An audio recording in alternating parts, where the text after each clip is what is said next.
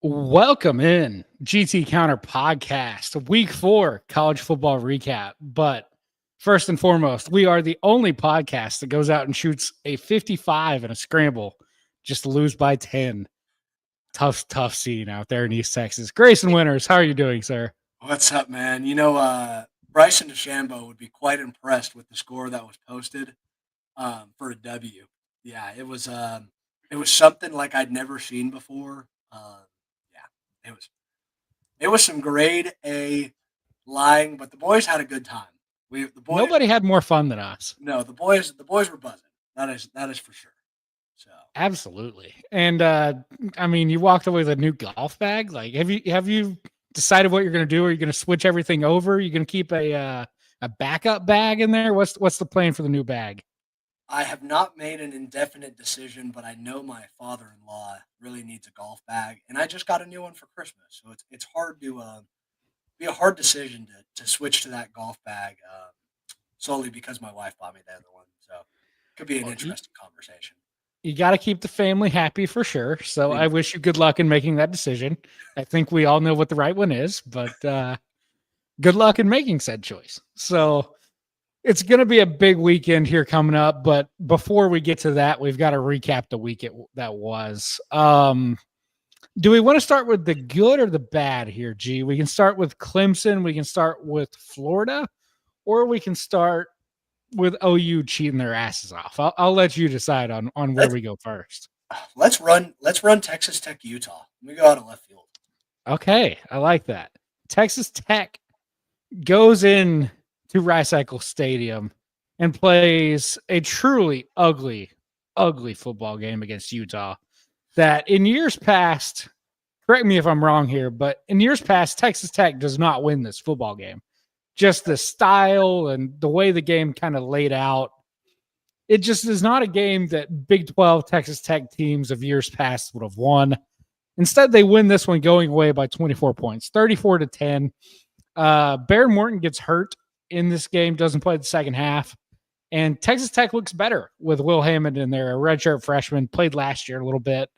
Kid might be a stud. So I'll kind of turn this thing over to you. I have my thoughts about this game for sure, but what's to say more about Texas Tech or Utah? Uh, I think that Texas Tech has kind of entitled themselves that they will be in the Big 12 championship game, and it's just a matter of who they're playing against. I think they're good. Do I think that they're good in an outlook of other teams in college football, like your core top 5 or 6 teams? Probably not. Defensively, I think they played really well and they schemed Utah really well. Dillingham tries to do a lot of that motion stuff to hit big bombs and get coverage mistakes. And Texas Tech kind of stayed at home and they seem to play a lot of soft zone and kind of make Utah have to drive the ball. Um, and they did a really good job of that. Now, Texas Tech, my biggest key point for them is that you go to Utah, you're on the road in a wild environment, and it's a 10 a.m. kickoff, and the student section isn't as loud as it's going to be at 7 o'clock or anything, but you have 7 false start penalties. There's no silent snap count. You're clapping, and it's just bad. Procedurally, it's just bad. I mean, we've got to be better than that. That my biggest outlook on the game is that yes, Texas Tech won. However, there was a lot of sloppiness that can be cleaned up before they actually have to play, an uber competitive team. I think Utah is good, but I don't think they're top 25 by any means. Um, so yeah, that's kind of where I'm at on that. It's tough for me because I was a big Utah guy before the season. I picked them to win the Big 12. Like, I mean, so is this game bad for my agenda? Is it bad for my Devin Dampier sleeper Big 12 player of the year agenda? Yeah. We took a hit.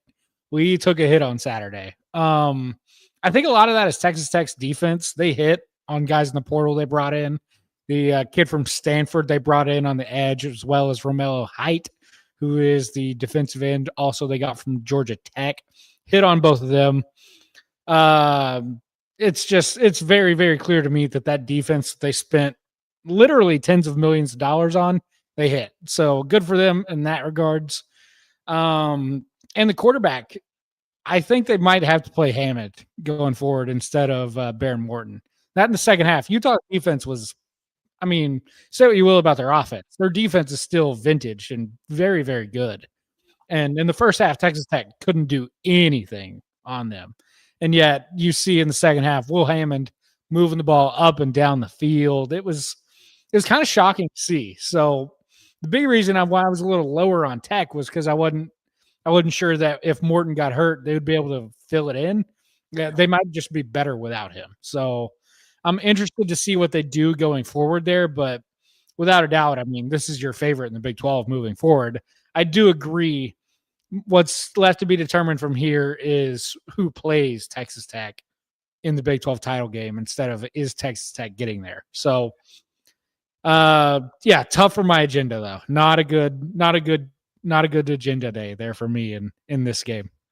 And I think one thing that Texas Tech really excelled in defensively is not only the good coverage and staying home, but they kept Dampierre in the pocket the whole entire game, and he's not gonna flex on you with the arm. He's a mobile kind of guy. He's definitely not an NFL talent, but I could see him. He could probably go CFL and be a superstar in the CFL. But he's more of a mobile quarterback, and if you keep him in the pocket, it shows that he didn't have a horrible game or anything, but he threw 2 picks. He'll throw you the football.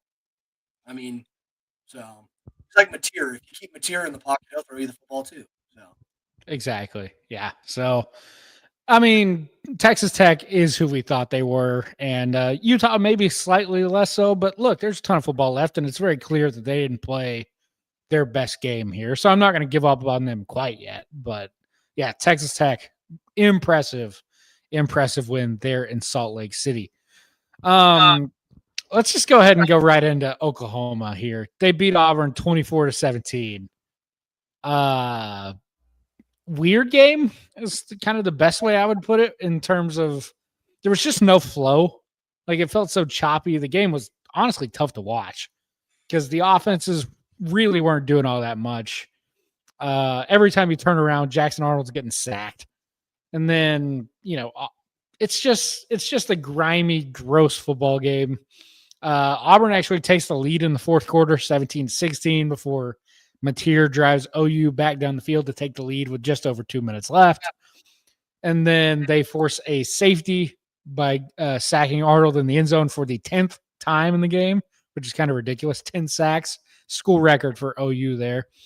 And they win by 7. 7. They were favored by 6.5. They win by 7 Vegas in this game. They always know. They do.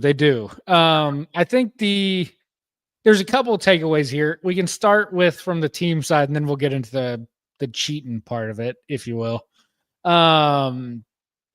Both these offenses, I think, are pretty disappointing thus far. Neither of them, they both have their distinct weaknesses. Auburn can't throw the football. You saw that with Jackson Arnold missing countless deep balls to Cam Coleman down the field, Eric Singleton down the field, just couldn't connect on the deep ball. And then OU still in non-Mateer go do something plays, cannot run the football. That offensive line cannot get push. They just can't do it. So there's distinct weaknesses for both teams. And both defenses, I think, took advantage of that. Obviously, it was a very low-scoring game. Is the ceiling lower on these teams because of that? On Auburn, maybe more so than Oklahoma, in my opinion. But I don't know. I just came away pretty underwhelmed by both offenses. Yeah, they're to start off with Auburn here for me, it's Arnold just holds on to the ball way too long, man. He just held on to the ball so long. I mean, 10 sacks. Reflecting on how good the pressure actually was, how many of those sacks were after 3 seconds or 4 seconds of him holding onto the ball? Probably 6. I mean, not to discredit Oklahoma's defense, but Arnold's over there playing patty cake. I mean, you might as well give him a deck of cards to shuffle back there because he wasn't throwing the ball anyways. It was just bad. I mean, he's just not a good football player. In my personal opinion, he's just not the guy. But some people would wish they were him. At least is what he told the OU fans as he walked off the field. Sorry, I had to throw that one in there. That one really No, that's good. I mean, in reality, a lot of them would because he's making a ton of money to go be quarterback at Auburn. Oh yeah, 100%. So, yeah, it's bad there. A lot of OU's problems running the ball are, their offensive line is not very good to start. And, their starting running back is true freshman Blaylock.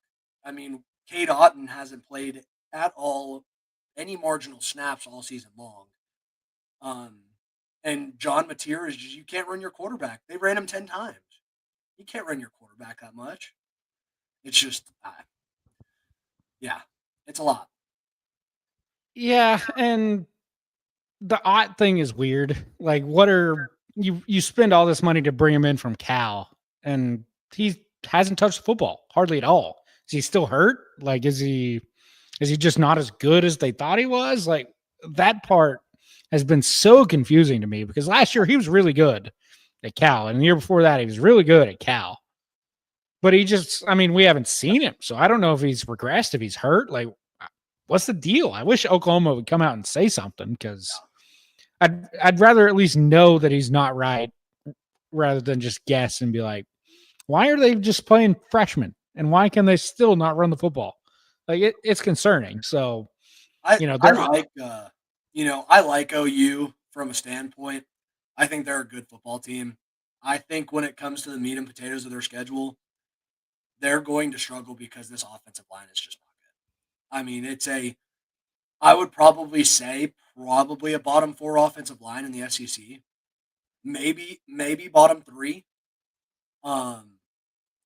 There's very few offensive lines probably that are worse than these guys. South Carolina comes to mind, but beyond that, like there's not a ton of other teams that I would pick below them. Say what you will about LSU's offense. I don't think their offensive line is the issue there. Yeah. You lay Vandy down there with their offensive line play. Yeah, but even then, they're running the piss out of the ball. And part of that is Pavi is a madman, but for their system, their offensive line functions better than Oklahoma's does. Maybe Arkansas because they can't protect Talon at all, but they get yards. Yeah, it's just OU has their own problems, and it will come to show when they play a defense like LSU or a defense like Alabama or a defense like, you can say it, Texas defense. Say what you will about their offense. Defense has been pretty good. Yeah. But you know what? They get a bye week this week to regroup. They get a bye week next week against Kent State, so they'll play the backups that week. And then they get UT at 5-0 in the frickin' Cotton Bowl Stadium. That's all you could ask for if you're an OU fan. Couldn't have scripted it any better, regardless of what it's looked like along the ways and the challenges that have, come with this season. You're 5-0 going into Red River, like you're signing up for that every single time. Every time. This looks extremely familiar to UT's season 2 years ago. 2 years ago when they walked in 5-0 into Red River and OU ends up beating them. And it looks extremely, extremely familiar to the situation that we were in that game. One team's kind of skated by on a big win, looked a little bit shaky other than that, because that was the year Texas beat Bama. Yeah. And then Dylan Gabriel ran it down their freaking throat in Red River. Yep. So I don't know. A lot of similarities there. A lot of similarities. There is. And we'll get to Texas here in a minute with the Florida of it all. But, that's going to be a fascinating Red River game, especially after what happened last year. We're in for it this year. Yep. And this is why tickets are selling and starting at $600 a pop. So if you guys want in, you let me know. I'll give you guys a quarter, give somebody else a quarter. Yeah, can like 4 people split one seat? We'll just take turns out in the concourse and out in the State Fair. I have no problem sitting in the State Fair for a quarter for 12 minutes to walk back in and go in. But I want like the fourth quarter. You guys, I'll pay $250 for the fourth. Yeah, we'll pay premium for the fourth quarter spot. Bingo. I think the other thing that came out of this game is the fact that the SEC officiating, the big whole officials tab, had to come out and apologize to Auburn because they incorrectly officiated a play in which Oklahoma scored a touchdown. They won by 7. And officials incorrectly did not flag Oklahoma for illegal substitution whenever they tried to run, was that Isaiah Satania off the field? But he ended up like staying short of the sideline, and nobody's out there covering because they thought he subbed off, and he scores a touchdown to make it 10-3.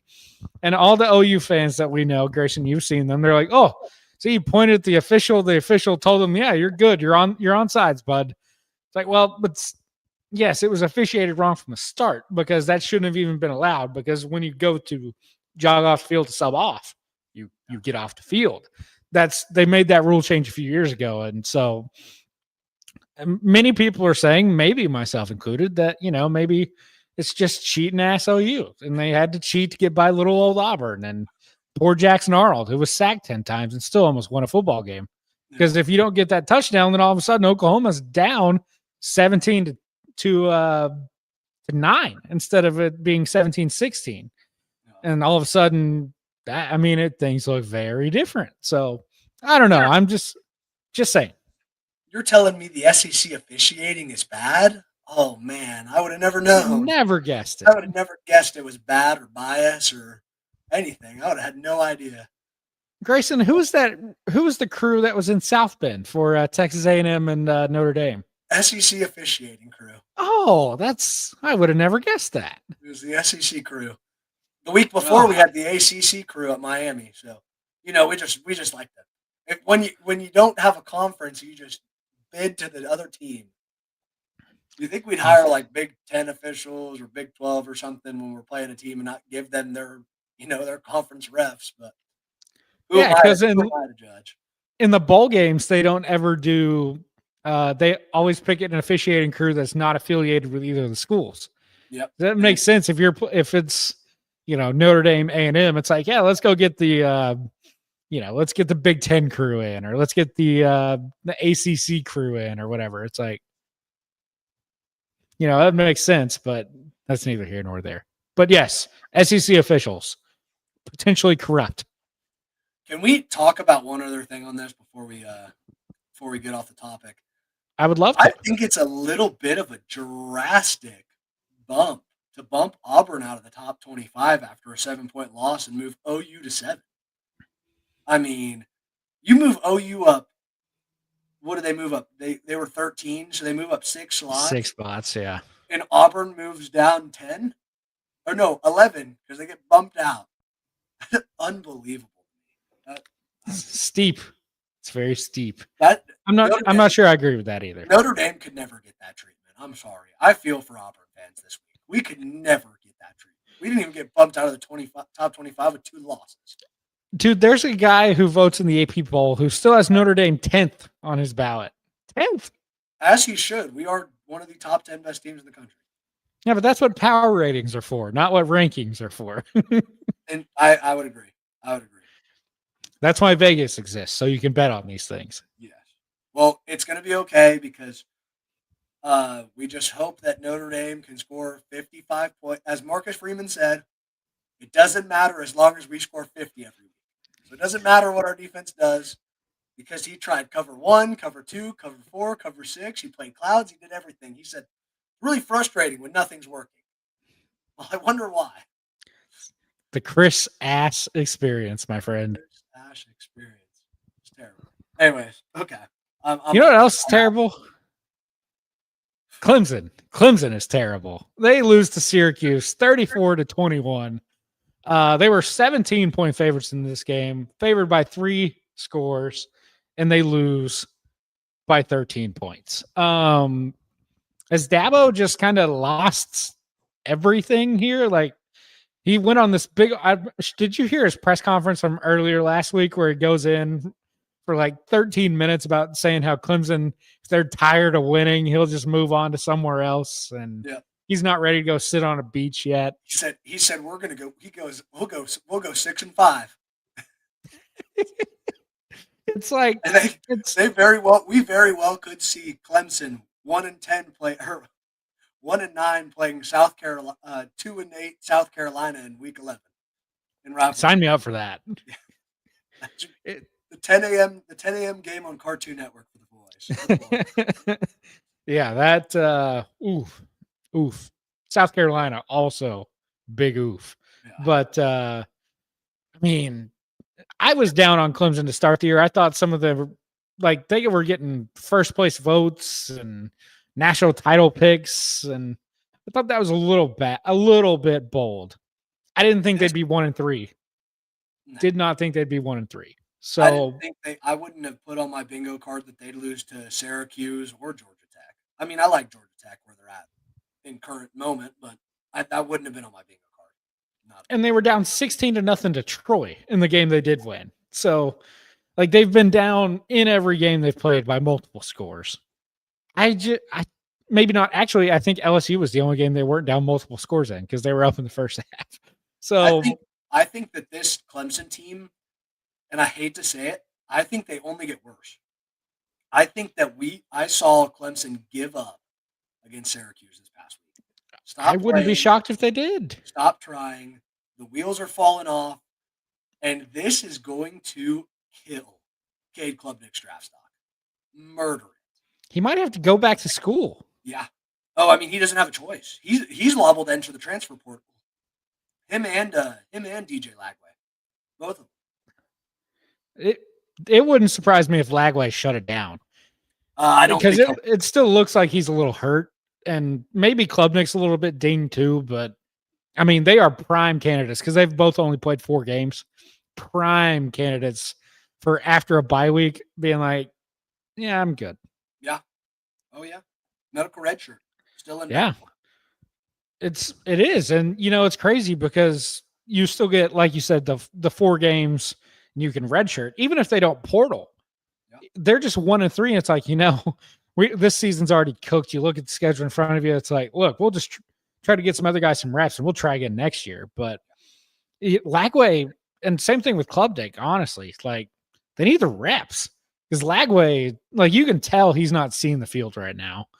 And you can tell with Klubnik, he's starting to get antsy in the pocket, not really trusting anything.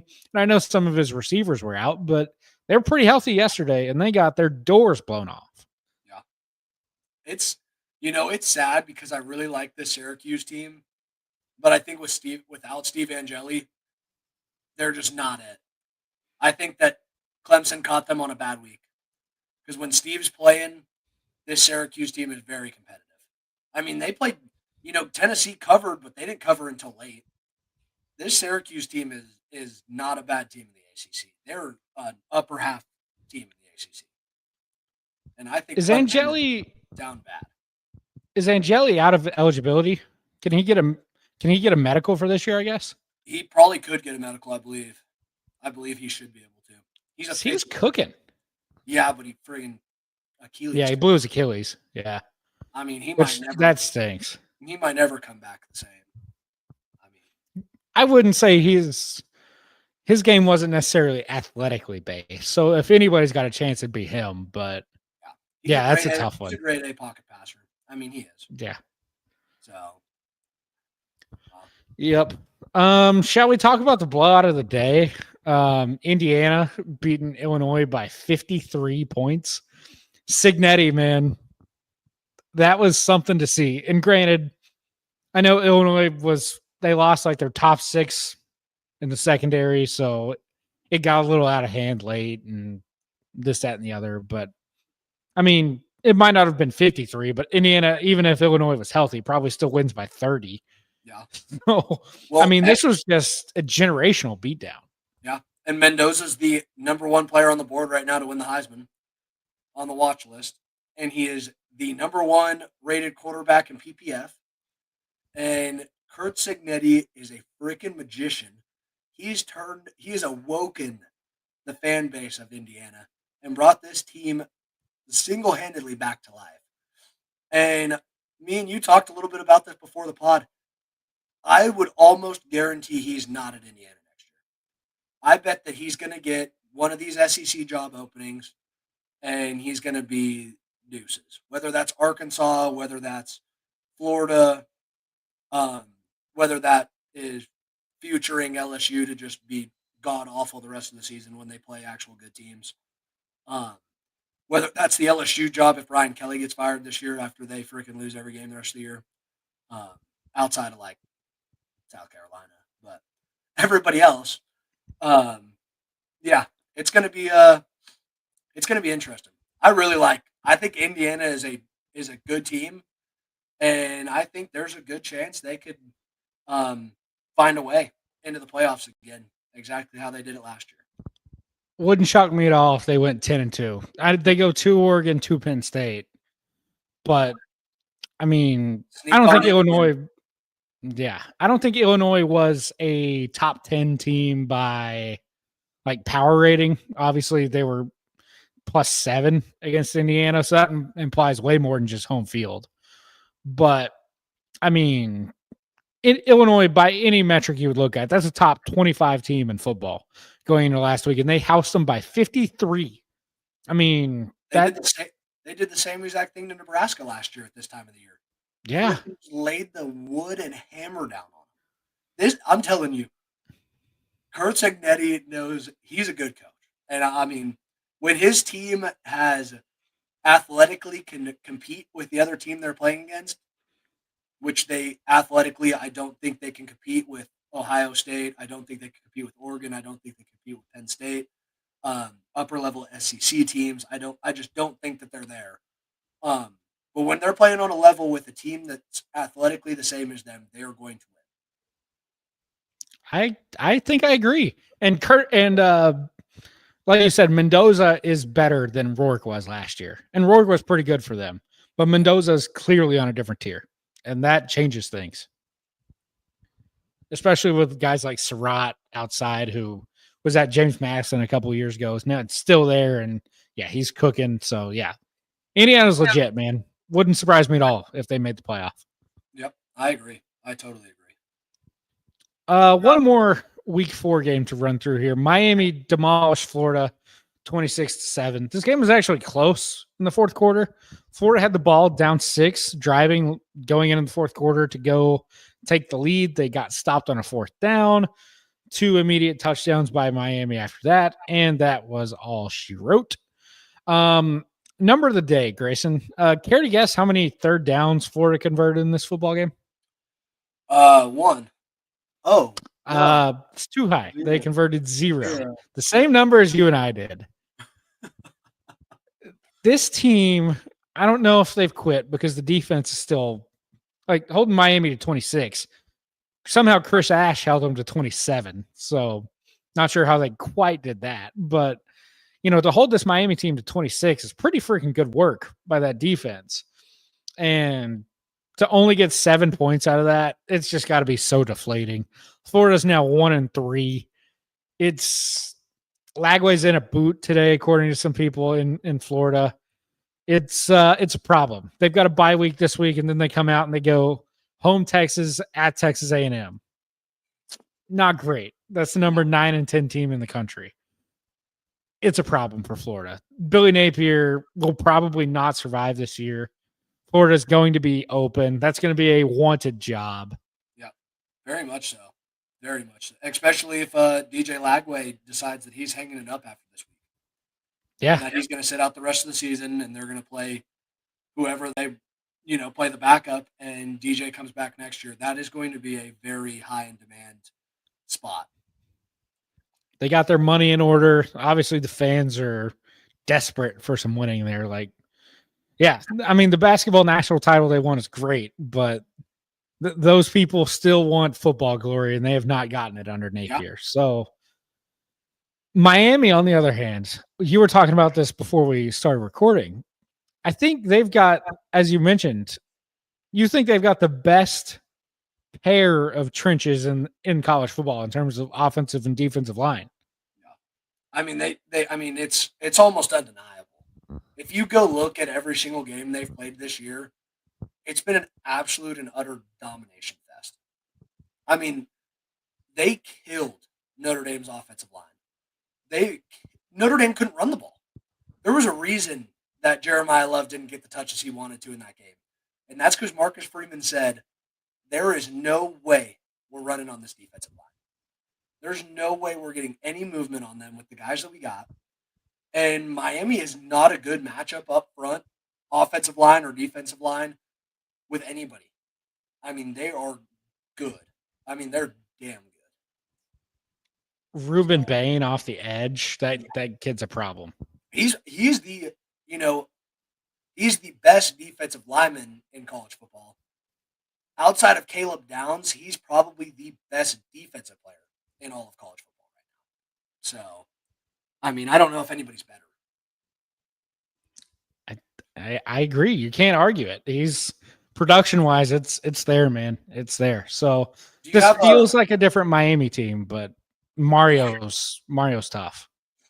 You have some hesitations in Carson Beck. His ball velocity is the big chat on Twitter right now about how he looks like he doesn't have it. Like he doesn't have the arm cannon that he had, and his throwing motion isn't the same, and he just doesn't look like he's zipping the ball.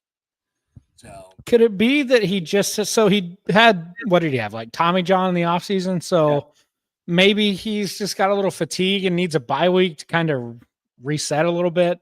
Yeah. I could buy that. It was a little wet, so maybe he couldn't get the grip, and you combine that with, feeling a little bit of fatigue. But it was noticeable. The pick he threw out, it was like, ooh, that didn't have any pop on it. Bad. Which was a different look from what you got against Notre Dame when he was spinning it. So, oh God, yeah. Oh, yeah.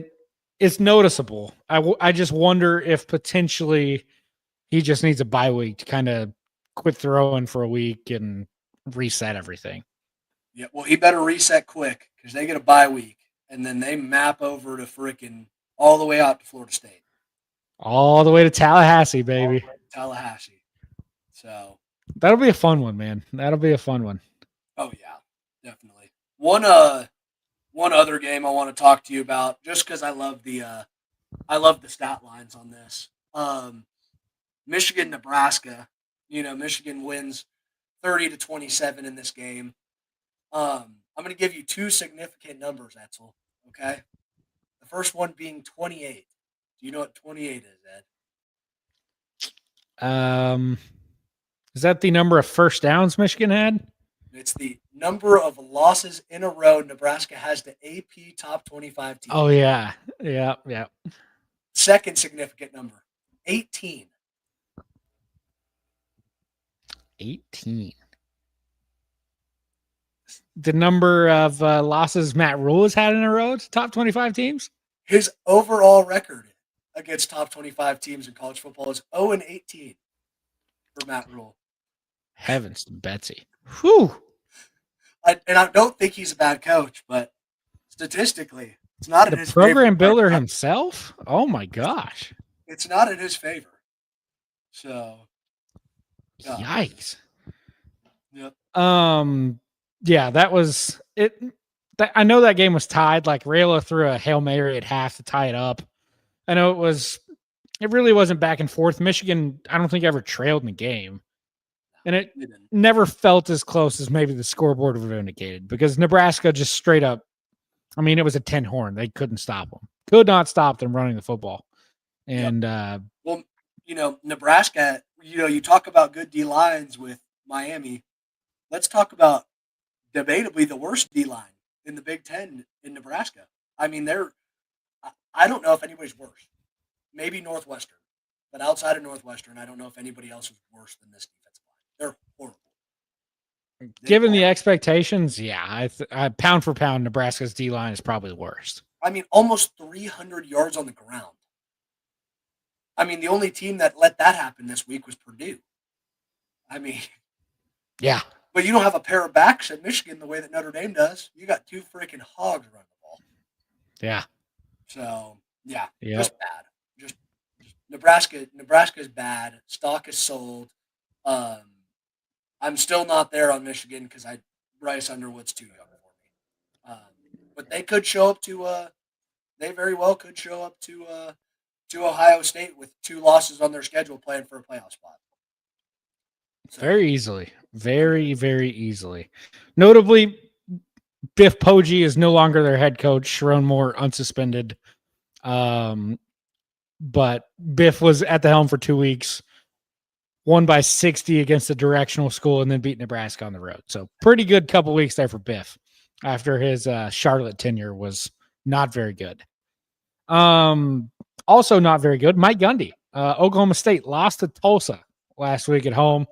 First time since 1951 that Tulsa beat Oklahoma State in Stillwater. Boo Birds were out. It's like there were people rightly questioning Gundy's job security this week at his presser. Things do not seem good in Stillwater. Yeah, it's bad. It is as bad as it gets right now for the Cowboys, genuinely. And I think, like we said, I think Mike Gundy is going to find himself on being the guy on Big Noon Kickoff. He's a Could front be. runner. He's a front runner to be there. Now, I kind of hope, just for the fun and make it entertaining to watch OSU play again, I hope Gundy gets canned sooner than later. And I hope the defensive coordinator, Todd Grantham, takes over as I might have butchered that last name. No, you got it. I hope he takes over as the interim head coach, because I want to see blitz, Cowboys blitz, every single play. They're going to give up 100 points a game. Blitz, Cowboys blitz. Oh gosh. In other news, Wisconsin lost at home to Maryland by 17, 27-10. Wisconsin, with their entire history of running the football, being big and downhill grinded out football, ran the ball for 61 yards at 1.45 yards a carry against Maryland at home. Luke Fickell is in deep, deep trouble in Madison. That is, I know Malik Washington, who is Maryland's stud quarterback, true freshman, threw for 265, 2 touchdowns, no picks. But there's no reason for Wisconsin to be losing at home to Maryland by 17 points. That is bad. There are, respectfully, at least 4 coaches that we will, at this point in time, 4 coaches that will definitely be getting fired, and Wisconsin's as well. Yep, without a doubt. Bill Belichick lost to UCF 34-9. That seems bad. North Carolina notably plays Clemson in 2 weeks in Chapel Hill. That game will be bad. There is no good football coming out of that. An absolute burner in that game. Who can score 7 points? The winner. Put that game on Comedy Central. That might top El Asico this year for least points scored in a football game. Absolutely. In your neck of the woods, Notre Dame scored 56 points, beat Purdue 56-30. 30 points to Purdue, not very good. I know 7 of those were late and really didn't count, but Notre Dame overs appear to be on the menu. That offense, CJ Carr, cooking. I think that if CJ Carr didn't get taken out, we probably could have scored 10 or more touchdowns in that game. Genuinely. Could have been on 80 watch. There was no stopping that team. But Marcus Freeman is a saint, and he said, "No more belt. We'll let little brother be okay." Touchdown Jesus was looking on, said, "No, thank you. Please show mercy." That's right. Missouri beat South Carolina 29-20. South Carolina was outrushed 285 to -9. That is correct. They had -9 rushing yards the entire game. South Carolina is just, I mean, they're a problem. They're if you would have told me South Carolina was going to be the worst team in the SEC at the beginning of the year, I would have told you you're an idiot. But I don't think anybody's worse than them. Maybe Kentucky. Maybe. Yep, maybe Kentucky. I could get behind that. Even Mississippi State doesn't look too bad this year. Like, I doubled their win total from last year already. Yep. They're bad. Washington hung 60 on Washington State, won 59-24 in the Apple Cup. They get Ohio State at home this week. More on that game in a minute. Arizona State beat Baylor 27-24 in Waco. That was a fun game. Baylor's offense was kind of held in check, so Impressive work by Arizona State's defense. Sawyer only had 250 yards passing, considering he'd thrown 400 in most other games. Pretty good work by Arizona State there to come out with a win. Yeah, they killed my parlay this weekend. Baylor and Temple. Oh yeah, the Temple Owls scoring with 3 seconds left to cover the spread against GT. Just unbelievable. Run the football. There's 13 seconds left. Just run the ball. The game's over. Instead, Vegas made a phone call front desk and said, "Ref, if you don't call a PI on this one right here, I swear." I mean, Temple called 3 timeouts in the last 45 seconds, down 28 points. What are they doing? No, run the ball. You made me lose. I had a 12-leg parlay on the line. I lost by 1 leg. Unbelievable. They signed up for 60 minutes and did not care for your parlay. Texas shut out Sam Houston State 55-0. Arch looked pretty good. So that's a good sign there. Did you think he looked good before or after he stood over top of a poor Sam Houston State player? Both, honestly. This is a team that was FCS 2 years ago, Tyler. Being gentle with these guys. Look, everybody clutching their pearls, being like, "Oh, he's standing over this poor Sam Houston State kid. That guy's on full scholarship. He can stand up for himself. Be a big boy. You're getting paid however many $1 million the school is to go into Austin and play this game. Just take it." This is how they pay their teams NILs this year. Exactly. And Arch, for everything he is, has struggled this year, needed to let out a little emotion. You know what? Sometimes you're in the wrong place at the wrong time, buddy. It happens. It's life. Everybody's clutching their pearls. Oh, it's Sam Houston State. Yeah, if your team was massively underachieving and has their chance to get right, you take that chance. Yeah. I don't care. Couple others here. What else do we have? Oh, Cal lost to San Diego State a week after beating Minnesota by 13 at home. They got shut out by San Diego State 34-0. God's gift of football, JKS, was not very good in this game. Yeah, I was about to say you were hyping this guy up for him to throw a goose egg down against San Diego State. Maybe San Diego State's good though. Probably not, but maybe. Last seen before this game, losing to Washington State by 30, who just lost to Washington by 30, and it's not looking good. But hey, you know what? I'm kind of big on the dub right now, though. I think Washington is a good football team. We'll get there in a second, my friend. Yeah. Last one from last week: Michigan State goes into Los Angeles to play USC. USC wins 45-31. A significant touchdown to some, scored by Michigan State with 2.5 minutes left to cover that spread. So good for Sparty. Good teams win, great teams cover. USC is fraud. I'm sorry. I don't think they're as good. I don't think they're that good. I don't.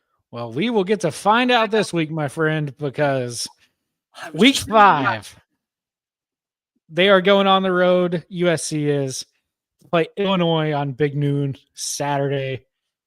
Illinois, if their entire secondary is out, I think USC will wax them. If they can get some of the guys back, could be a competitive game. USC, since being in the Big Ten, has not traveled very well. So we'll see. It's a long drive up to Illinois from there. That's right.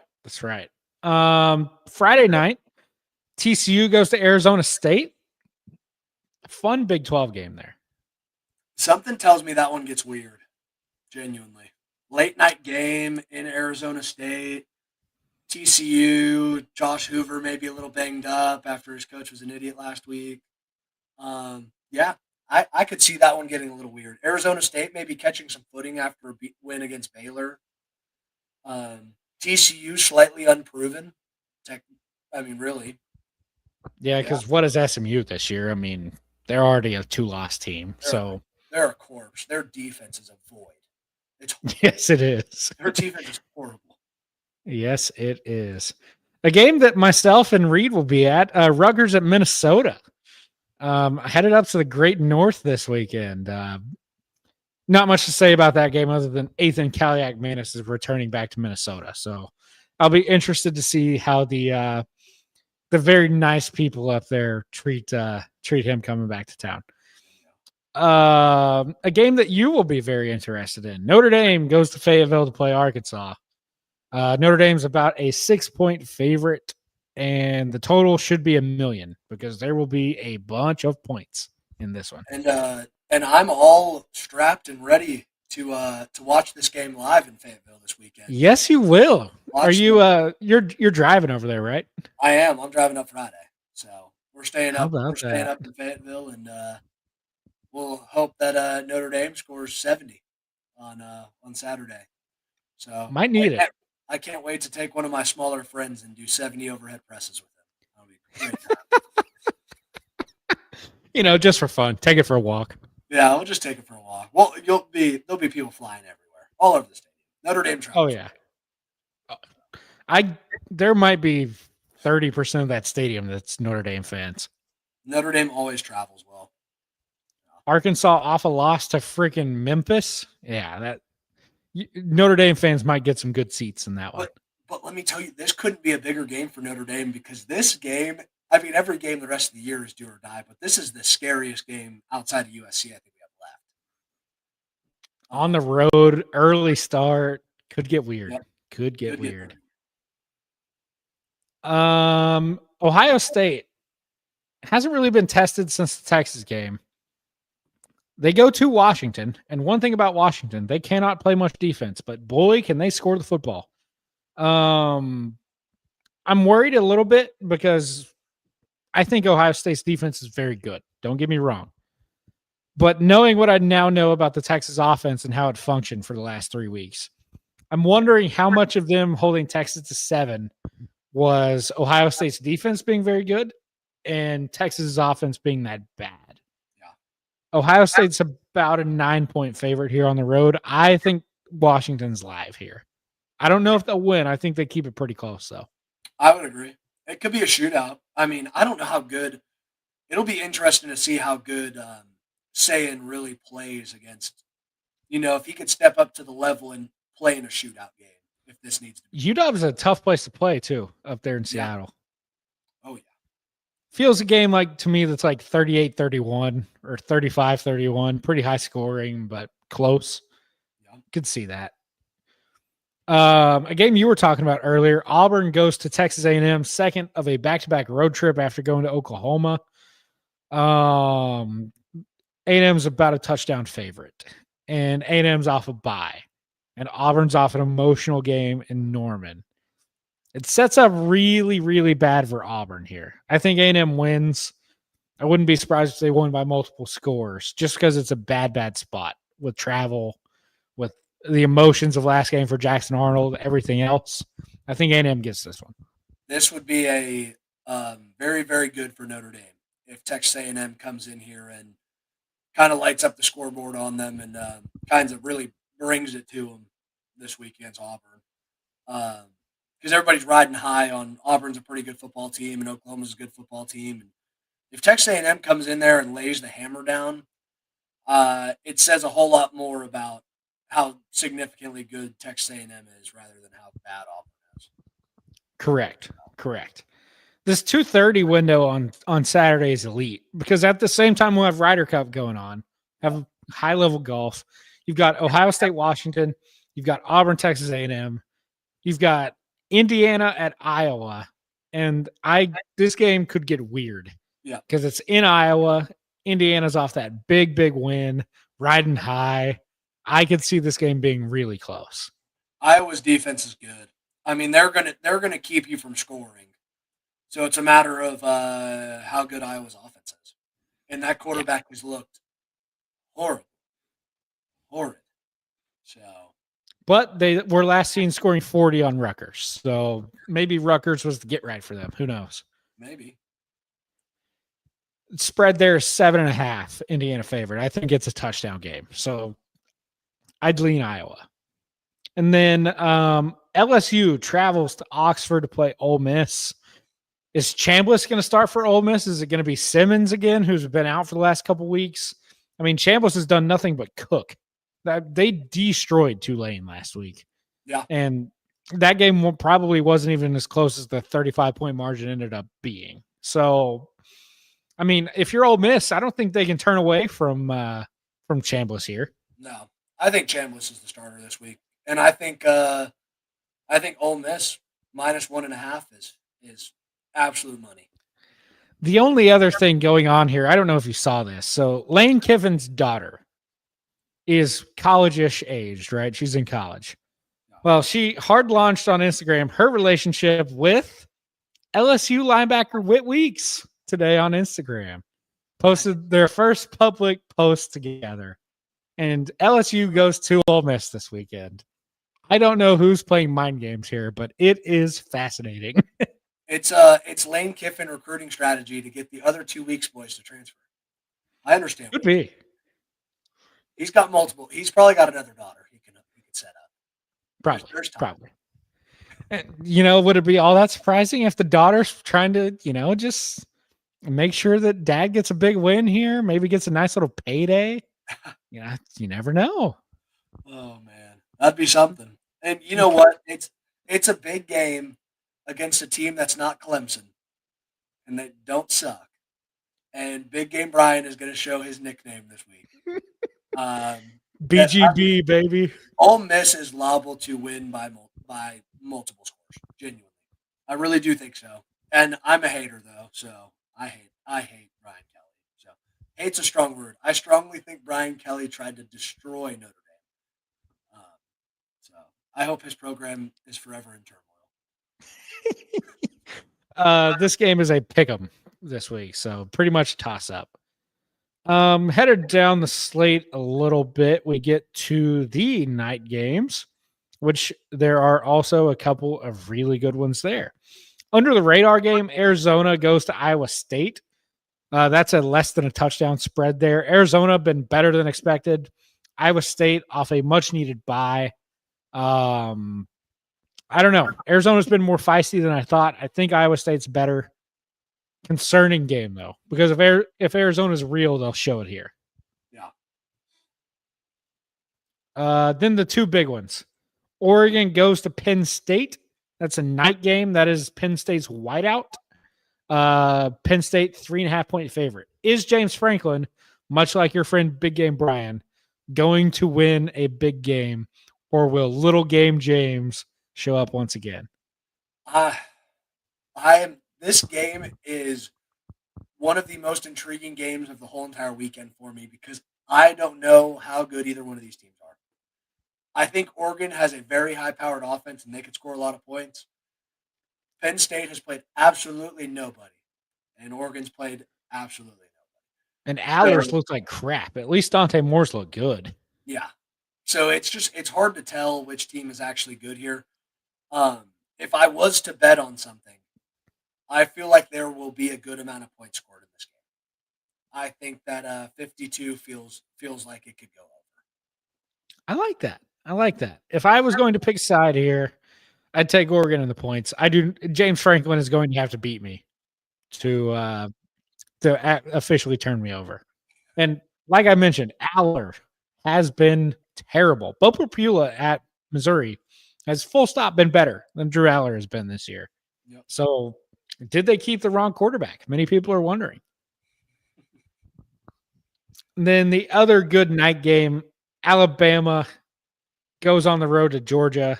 Last year's game was memorable. Georgia was down 28-0 in Tuscaloosa. Come all the way back to take the lead just for Ryan Williams to kind of moss everybody, have that signature play and whatnot. Georgia is a field goal favorite here. I trust Georgia in these spots. I don't trust Alabama, but this line is suspicious to me. It's only 3. So I wonder. Gunnar Stockton looked good against Tennessee, but then again, Syracuse also hung almost 30 on Tennessee. So I don't know. I truly don't. I think Bama's defense is a little bit better than Tennessee's defense, but I don't think Bama's offense is anywhere near where Tennessee's is. This game is really interesting because all I can see in my mind is watching Florida State just do whatever the hell they wanted to. And I hope if I'm Georgia, I'm thinking a very similar game plan to what Florida State ran. So run the piss out of it? Yeah. I mean, that's what I would do. I'm not a huge Gunnar Stockton fan, and I don't love him in big spots. So I would run. They got to protect him. They got to protect him, and running the football is the best way to do that. 100%. If I had to pick a side here, I'd actually probably go under. I think this game, like you said, I think Georgia's going to try to run this thing down because last year we saw Bama with turnovers and otherwise, like they got up 28-0. It was, I mean, I know Georgia came back and took the lead, but Georgia can't spot Bama 28 points. And Gunnar Stockton, big spot here. Ty Simpson on the road in an even tougher environment than Florida State was. I think they try to force him to make the mistakes. I think this game's going to be like 28-17, something. I don't think it's in the 30s. So I'd take the under if given a choice. Yeah, I could totally agree with that. I guess the only other thing next week, we can talk about it a little bit. Ryder Cup is here. I can't wait. Friday, Saturday, Sunday. We've got 2 sessions each on Friday and Saturday with alternate shot and 4-ball. And then Sunday, of course, singles. U.S. is favored to win the Ryder Cup. They have not lost a home Ryder Cup since 2012. I think they win again. It's just Europe. I like that team a lot. Some of the dudes on there are playing some golf. Like Rory won recently. Fleetwood won recently. Rahm's been playing well all year. You know what I think about Ludwig and Hovland and them. Like, that's a good squad, man. It's going to be hard to beat. It's going to be hard to beat Scheffler. It's going to be hard to beat Bryson. It's going to be hard to beat. And I hate to say it because I really just don't like him, but JJ Spawn is playing some outrageously good golf. Quote me if I'm wrong. Rosie's on the team, right? Yeah, he's on that team. He's been playing outstanding as well. So, I would have liked it if Captain would have picked himself, but Keegan Bradley would have picked himself. But see, that's the only reason I'm picking Team USA is because he didn't. Really? Yeah, I think if he picked himself, it would have been too much pressure on him. Him not picking himself, he can go to his team this week and be like, "Look, I would have wanted nothing more than to play on this team, but I sacrificed for you." So what are you going to do? Instead, he picked Colin Morikawa, who's probably had his worst season on the PGA Tour thus far. Who's been absolutely feeble. You are correct. Yes, but maybe it's a turning point for him. Maybe he gets confidence back this weekend. It could be. It could be. If gun to my head, there's 28 points available. I think Team USA wins like 15-13. I think it's a close one. I think it'll come down to singles late on Sunday. I like that. And I think if it comes down to Sunday and it comes down to singles, I think that Europe's in trouble. Genuinely. I think we have better individual golfers, but in pairs, I think that it could lead to trouble with those guys. Yeah, because if you've got Bryson trying to play all shot with somebody, and you've got some of the other loose cannons who can't hit fairways all the time, depending on what they do to Bethpage with the rough, like you could just be out of holes early if you're in the rough and Europe's in the fairway. So I'm kind of there with you. Like in alt shot, I think Europe's probably going to win those sessions. I think that Team USA will win whenever they're playing their own ball, which is best ball, the 4 balls, and then singles. So yeah, give me USA in a close one. Oh gosh, Ed. I'm obviously taking Team USA as well, but John Rahm scares me in games in like these kind of competition settings where it's not playing like based off your individual score and you don't have to play 4 really good rounds of golf. John Rahm is liable to just do crazy stuff in the Ryder Cup every single time he plays it. So he is a terrifying man. It seems like he was disinterested a lot this year. Maybe some of that was live, and he wasn't super competitive in any of the majors really outside of the PGA. If there's one thing that's going to get his spark back, it's probably playing for Team Europe. Yeah, I agree. I totally agree. So it'll be fun though. I can't wait to watch it. I'll be tuned in Friday, obviously trying to get some work done, but we'll have one eye on the Ryder Cup for sure that day. Saturday morning, me and Reed will be running around the city of Minneapolis, trying to sneak into the barn up there, Let's go out tailgate with the Midwesterners, try to throw back some beers with them in the morning. That'll be a good time. And then Sunday, we're locked in, baby. It's liable to get weird in Fayetteville, man, because you got 11 a.m. kickoff, and then you have absolute bangers all night. Hopefully, we can find ourselves a nice little bar, nice little brewery, or something to sit on down and have some beers and finish off some football for the afternoon. After, hopefully, if Notre Dame loses, we're going right back to the house and everybody's going to bed. Everybody to bed. I might drive home from if we lose. It might be straight back. It might be straight back from Fayetteville right back to the casa. 3.5 hours later. You'll be booking that B&B for another night so you can drink your pain away. It'll be Grayson 1v1 with a bottle of Rumplemints. Oh gosh, Rumplemints. That's you're in for a night there, my friend.